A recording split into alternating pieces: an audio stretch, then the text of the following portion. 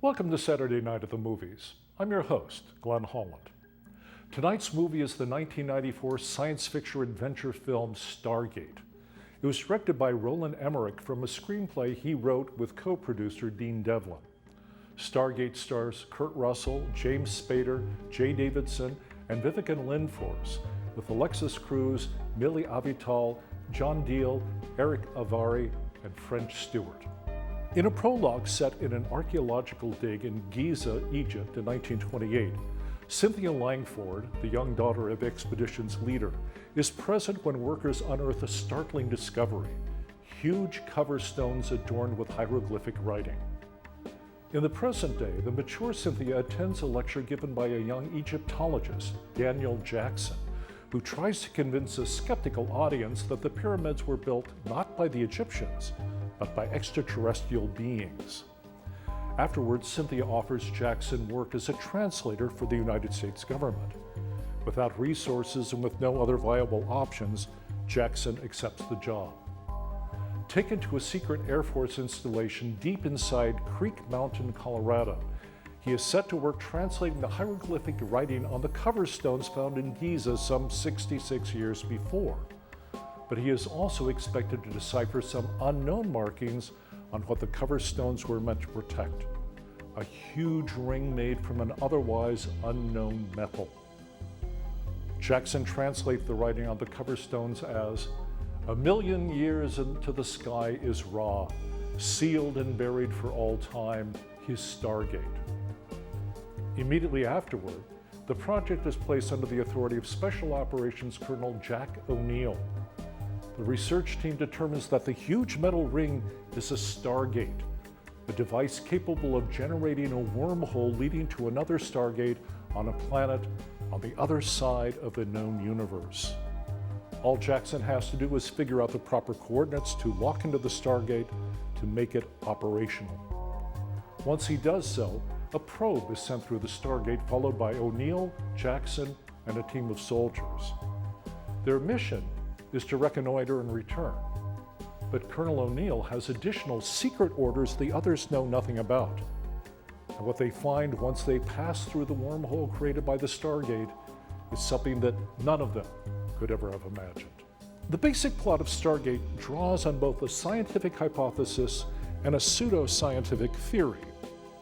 The hypothesis is that there is a possible form of space travel called an Einstein-Rosen bridge, named after physicists Albert Einstein and Nathan Rosen.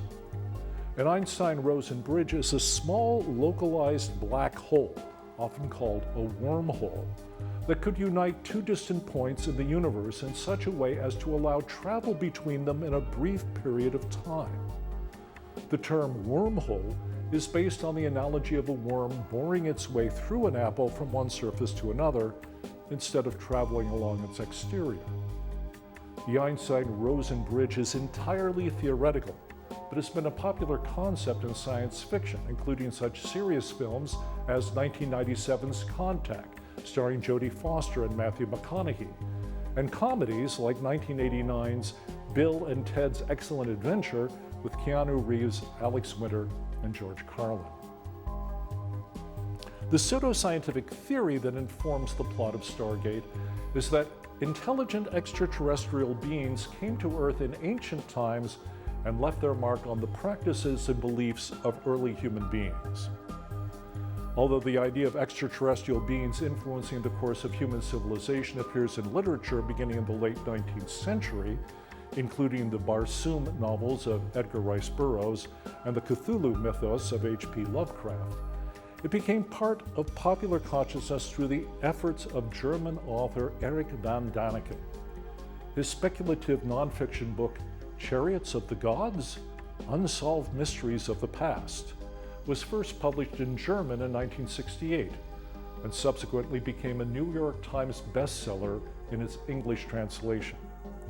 Von Däniken postulated that the technology and the more puzzling artifacts of the ancient world, including the pyramids, Stonehenge, and the monumental stone heads on Easter Island, could be attributed to the work of extraterrestrial beings.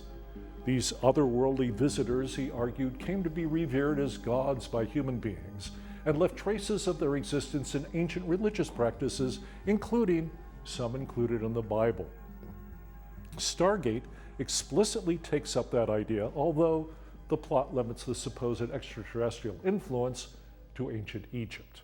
The prospects for Dean Devlin and Roland Emmerich's screenplay for Stargate actually becoming a motion picture were initially pretty dim. When Kurt Russell first read the script, he thought it was terrible and turned it down. Devlin and the other producers kept sweetening the pot until Russell finally accepted the role as Colonel Jack O'Neill. Only later did Devlin learn the script Russell had read and hated was the first draft, not the final draft that became the basis for the movie. James Spader also felt the script was awful, as he later put it, but it was so bad in such an interesting way that it enticed him.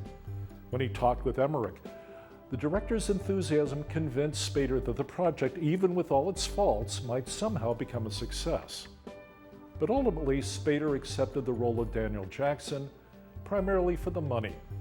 He said, "Acting, for me, is a passion, but it's also a job, and I've always approached it as such.